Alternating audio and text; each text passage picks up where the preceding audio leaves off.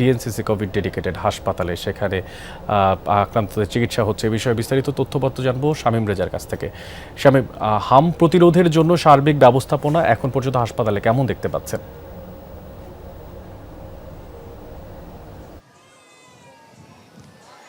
হ্যাঁ, অনেক আসলে এখনও উদ্বেগজনক হারেই হাম আক্রান্ত শিশুরা হাসপাতালে আসছেন। আমি আসার পরেও বেশ কয়েকজনকে দেখেছি যারা মাত্রই ভর্তি হলেন। সুতরাং বলাই যায় যে উদ্বেগজনক হারে যে হামের সংক্রমণ যেটা বাড়ছিল সেটা এখনও বেড়েই চলেছে। সেটা কোনোভাবেই যেন সংক্রমণটাকে রোধ করা যাচ্ছে না।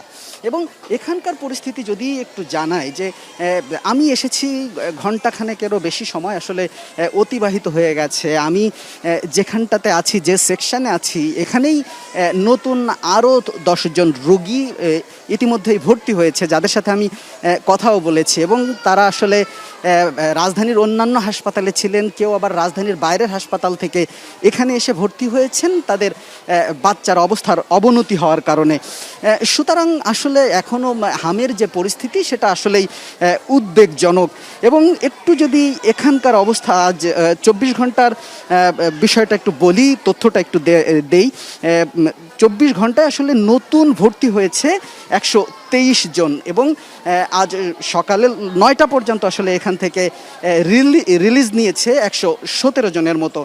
এবং স্বাস্থ্য অধিদপ্তর যেটা বলছে, স্বাস্থ্য অধিদপ্তরের যে তথ্য, সেই তথ্য যদি একটু জানাই, 15ই মার্চ থেকে এই পর্যন্ত হাম রোগীর সংখ্যা 3,500 ছাড়িয়ে গেছে। আর এই পর্যন্ত সন্দেহজনক হাম রোগে হাসপাতালে ভর্তি হয়েছেন 15,000-এরও অধিক।